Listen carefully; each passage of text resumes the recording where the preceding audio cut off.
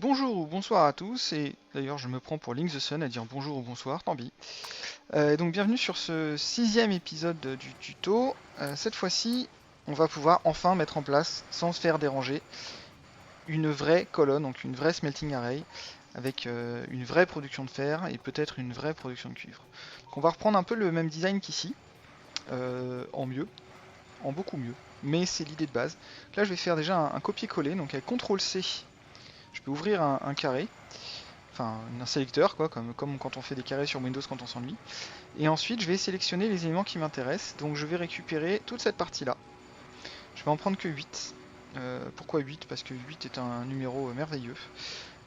Donc 8, et je vais les coller ici. Voilà.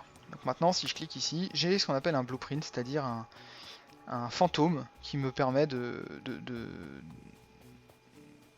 déterminer où est-ce que je vais vouloir placer les choses. Hop, ça dégage. Et donc je vais faire ma fonderie. Alors je vais décider de placer ma fonderie dans ce coin-là. Pourquoi ici? Parce que je pense que j'aurai suffisamment de largeur pour poser peut-être 2 ou 3 fonderies. C'est soit là, donc voilà, c'est soit dans ce coin-là. Ouais, 2 ou 3 ça va être compliqué hein, quand même. Je manque d'espace, c'est dramatique. Donc, je pourrais les mettre là, mais en fait le problème c'est qu'il va me falloir... Ouais, je vais vous montrer complètement. Il va me falloir un total de 24 fournaises de large, c'est-à-dire à peu près cet espace-là. Voilà. Donc si je le mets ici... Ah, si je le mets ici, ça rentre. C'est peut-être mieux de la mettre là, du coup. Je vais la mettre là. Je vais la mettre là. Hop. Ça, je la supprime. Et ça aussi. Allez, on va faire la fonderie dans ce coin-là, tant pis. C'est pas optimal, mais on... De toute façon, avec une carte aussi restreinte, il faut faire des sacrifices. Et puis progressivement, on va pouvoir enlever un peu d'eau et mettre un peu plus de terre, donc on va s'en sortir. Donc, ce dont je vais avoir besoin assez rapidement, tant qu'on y est, on va laisser une technologie se faire, on va faire l'électronique. L'électronique n'apporte rien de particulier, elle débloque juste d'autres technologies comme les panneaux solaires ou des assembly machines plus efficaces. Donc je vais la faire tout de suite, le temps que ça se fasse, je vais pouvoir avancer sur le reste. Donc, mes fonderies. Je vais vouloir un total, pour commencer, de 2 fonderies, donc 2 lignes de fonderie de fer et une ligne de fonderie de cuivre. Alors quand je dis une ligne, en fait, c'est pas exactement une ligne, c'est une double ligne. Là, j'ai une simple ligne que je suis en train de blueprinter. Hein. Donc là, j'ai une simple ligne et là, j'ai une double ligne. Voilà. Donc ça, c'est un smelting array et je vais en vouloir au moins 3. Donc là, ça fait 2 et là, ça fait 3. Voilà. Ça permet de consommer 2 lignes de fer et une ligne de cuivre, à peu près. Donc pour la faire fonctionner, on va dire que la ligne de cuivre, on va dire le cuivre c'est en dessous, le fer c'est au-dessus. Pour faire fonctionner ça, on va commencer par mettre les différentes fournaises. Donc là, je vais avoir un total de 23 fournaises puisque j'ai un trou à cause d'un poteau électrique ici. Trou que je vais tout de suite combler comme ça. Je peux dégager celui-là et du coup, je peux en faire 24. Donc là, j'ai 24 fournaises. Je vais faire la même chose juste au-dessus pour un total de 48 fournaises. Alors pourquoi 48? Je vais revenir sur les chiffres juste après. Mais déjà, dans un premier temps, je vais poser une demi-ligne complète. Donc comme ça. Comme ça.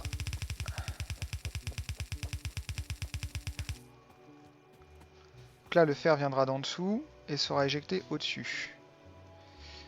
Hop, les inserteurs ne sont pas dans le bon sens, mais c'est pas grave du tout. Ah, ça j'aime pas. Qu'est-ce qui se passe? Ok, j'ai un problème de défense, faut encore que je renforce un petit peu ma défense au sud-ouest.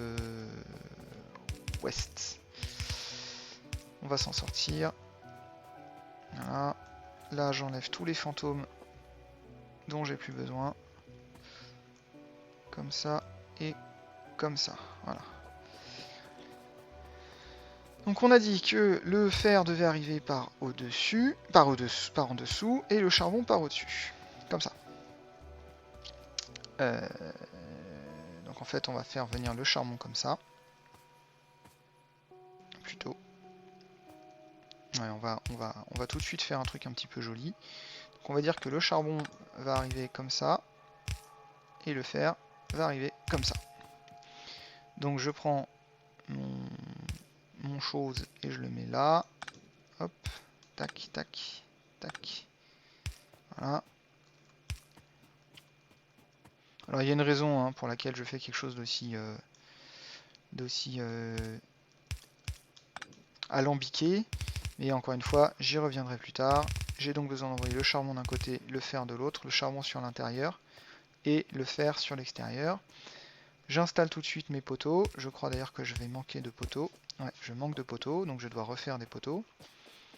Pour ça, il me faut donc mes usines. Hop, là il me faut du ça, là il me faut du ça. Tac, tac, tac. Je prélève. Donc, toi t'es posé. Voilà. Ah, c'est bizarre là, j'ai un truc qui marche pas tout à fait. Un superposage qui est pas terrible. Ouais, voilà, c'est ça. Hop, et hop. Voilà. C'est pas très lisible hein, parce qu'il y a encore les blueprints qui posent problème, mais globalement on va s'y retrouver. Ensuite, 2, 3. Ouais, donc voilà, lui était mal placé, c'est ça. 3, 4, 5, 6, 7 et 8. Voilà. Alors, pourquoi j'en veux 24? Comme on l'a vu, sur une lane, j'ai au maximum 15 unités de fer. Donc je vais avoir 15 fers qui vont arriver ici, et 15 charbons qui vont arriver là. Ces 15 fers et ces 15 charbons vont être divisés en deux, donc je vais avoir 7 fers et demi sur la ligne extérieure, et le charbon, on s'en fout, j'en aurai trop. Ces 7 fers et demi par seconde vont être consommés à un rythme de 1 toutes les 3,2 secondes par fonderie.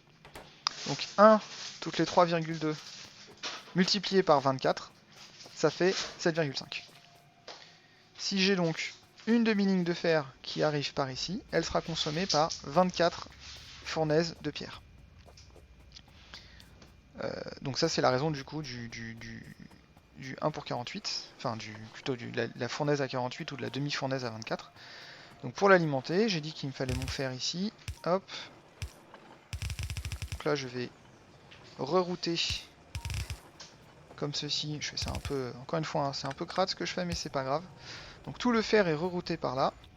Et maintenant tout le charbon, on va également le rerouter. Comme ceci. Hop, après le piège à charbon.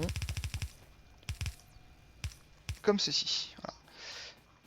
Donc là j'ai le fer qui arrive d'un côté, le charbon qui arrive de l'autre. J'ai pas mal de munitions en rab, donc je suis tranquille pour un petit moment. Hop, je vais laisser cette ligne là se mourir gentiment. Je vais récupérer mes murs, on va remettre du charbon pour continuer à extraire de la pierre.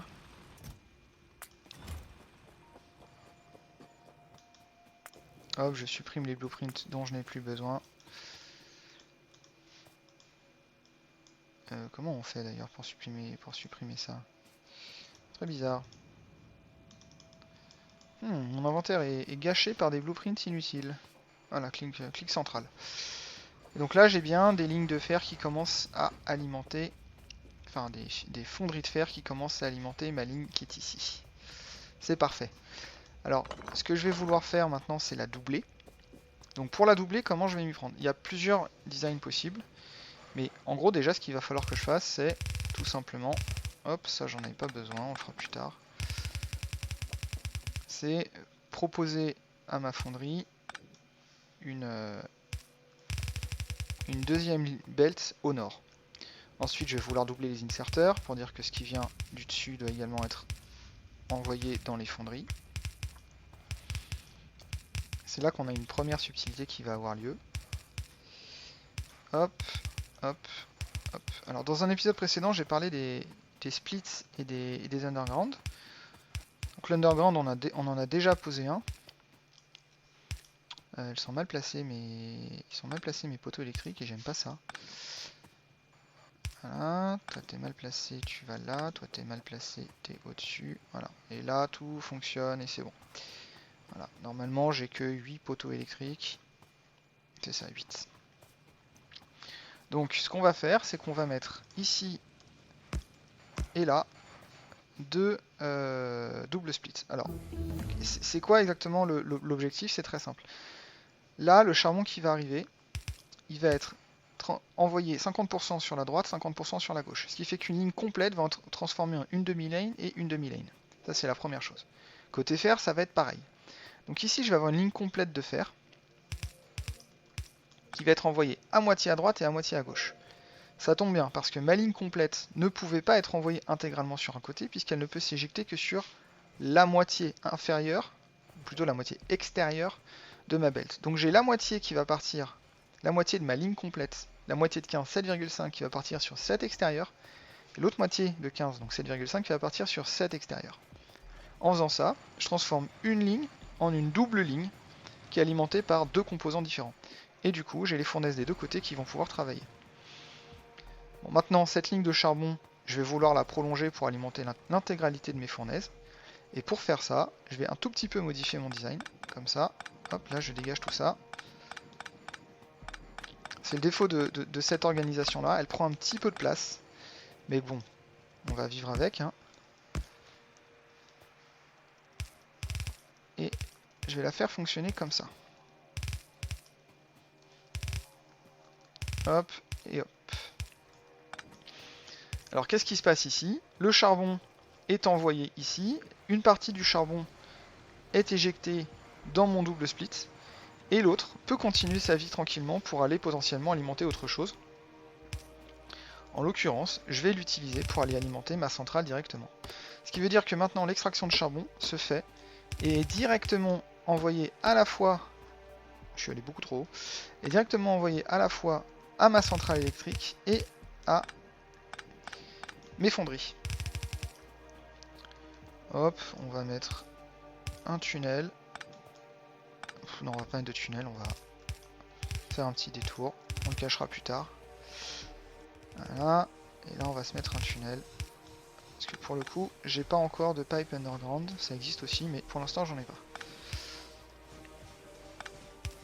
Voilà. Et voilà. Et là, j'ai mon charbon qui va arriver. Alors, l'autre chose qui est assez intéressante, et c'est la raison pour laquelle j'ai choisi ce design, c'est que les splits ont une capacité de dire qu'ils veulent faire de la priorité. Ce qui veut dire que je peux dire que, par exemple, l'output priority se fait sur la gauche.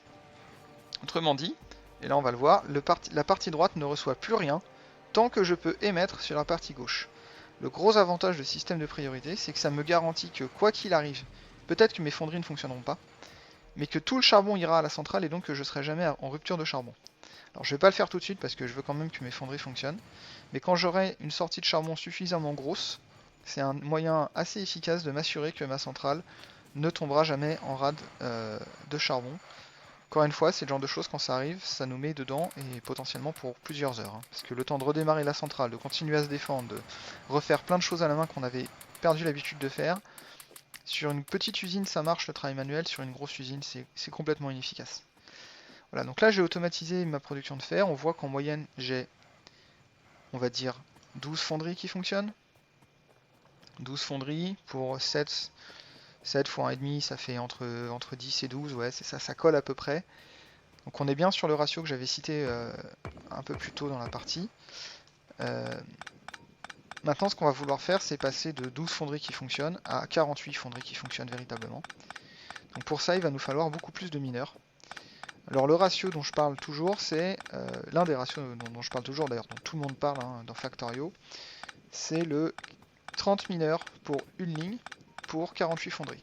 Alors ça évolue plus tard parce qu'il y a des technologies qui permettent de miner plus vite ou de fondre plus vite ou ce genre de choses. Mais une ligne peut contenir jusqu'à 15 ressources et 15 ressources sont générées par 30 mineurs. Pourquoi 30 mineurs? Je rappelle qu'un mineur a une capacité d'extraction de 0,5 par seconde. Donc pour une ligne qui contient 15 éléments, 0,5 par seconde, 15 divisé par 0,5, ça fait 30, tout simplement. Donc il faut 30 mineurs. Et comme une ligne a un côté gauche et un côté droit, idéalement, il faut 15 mineurs à gauche et 15 mineurs à droite. Alors, sur une partie de base, quand vous jouez en setting par défaut, vous pouvez placer à peu près 75 mineurs sur le patch départ. Là, le patch est un petit peu plus grand, donc je vais peut-être pouvoir en mettre plus. Mais dans tous les cas, même si je veux en mettre plus, il va m'en falloir plus. Donc on va les fabriquer tout de suite. Là j'ai recyclé mon usine d'inserteur en usine de mineurs pour en faire.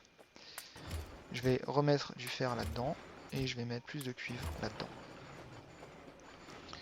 Un autre truc qui peut être sympa, c'est de faire comme tout à l'heure et de stocker mes bobines de cuivre quand j'en ai pas besoin. Parce que de toute façon j'ai pas mal de stock, on va peut-être en faire un seul et pas deux. Voilà, donc là j'ai encore gratté quelques mineurs, j'en ai 6 de plus, c'est bien. Le problème que je vais avoir en posant des mineurs, c'est comme on l'a vu, les mineurs consomment énormément d'électricité. Donc il va quand même falloir que je surveille ma consommation électrique. Normalement, avec ce que j'ai là, aujourd'hui, j'ai une satisfaction de 4,8 MW. Sachant que une turbine peut gérer 10 mineurs et qu'il me faut 30 mineurs, j'ai 3 turbines qui vont être utilisées pour les mineurs. Sur mes 6 turbines actuelles, il va peut-être me falloir un peu plus d'électricité. Mais bon, c'est un problème pour le mois du futur. Là pour l'instant, j'ai 16 mineurs, on va essayer de monter à 30 rapidement. 16, 17, 18. Hop, on continue à alimenter, comme ça. Et c'est là qu'on voit que ce patch commence à être problématique en termes de positionnement, mais c'est pas grave. On va le déplacer, on le déplacera un peu plus tard, mais on va le déplacer dans tous les cas. Là, je manque de fer, donc plus de fer dans mon usine de mineurs. Ces deux-là, je peux les sortir, ils ne me servent plus. L'électronique est terminée. Je vais faire Military pour pouvoir me fabriquer une mitraillette. Parce que j'aime bien les grosses mitraillettes. Je suis un garçon, les garçons s'aiment les mitraillettes. On va mettre un peu plus de charbon aussi. Parce que 2 extracteurs de charbon pour gérer la centrale plus la fonderie, ça va être un petit peu court. Voilà, donc là j'ai 19 mineurs. J'en ai 9 d'un côté et j'en ai 10 de l'autre, c'est bien. Il m'en faut encore 5 de chaque côté à peu près. Là forcément j'ai plus de quoi en placer 5 de chaque côté, donc je vais me faire une nouvelle ligne un peu plus haut, tiens, voilà. Et sur la ligne qui est un peu plus haut, donc on va tout de suite poser les poteaux électriques. Pareil, on les place à 2 d'écart pour bien tout alimenter. Comme d'habitude. Voilà, le fer commence à poser problème en termes de chemin. Donc on va le faire passer par ailleurs, on va le faire passer du côté des labos. Voilà. Encore une fois, hein, c'est des choses qu'on va redesigner régulièrement, tant qu'on n'aura pas complètement vidé d'une part dégagé toute cette mini-usine, et d'autre part consommer l'intégralité du fer. Ah, excusez-moi, petit problème de son. Voilà, donc là j'ai des mineurs, j'en ai pas assez, il me faut plus de gears, donc je prends les gears qui sont là et je les mets là-dedans. Voilà. On va les mettre, comment on va s'y prendre? On va s'y prendre comme ça. Donc là j'en ai 5 de plus. Voilà. Et là j'en ai 3 de plus. Ce qui me fait un total de 27 mineurs, encore 3. Et je serai bon. Il faut plus de green, pouf. Il faut plus de gears, pouf.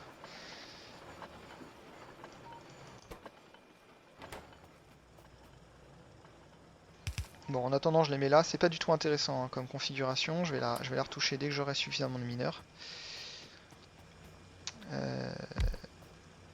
Alors, de mémoire, j'en ai plus en haut qu'en bas. C'est-à-dire que là, en bas, j'en ai 10. Et là, en bas, j'en ai 6. Donc, j'en ai trop. Voilà. Et donc là, j'en ai bien 15 de chaque côté. Alors, qu'est-ce qui se passe? J'ai réuni mes deux lines, mais je l'ai fait de manière un peu sale. Ce qui fait qu'en fait, la ligne là, qui est la ligne du haut, ne peut s'injecter que sur la partie extérieure, la partie droite de la ligne du bas. Donc pour bien les harmoniser toutes les deux, ce que je vais faire, c'est que je vais poser un split, comme ça. Je vais dire que toi tu mets dans ton split, et que du coup ça sort par là. Et je vais mettre une priorité à droite,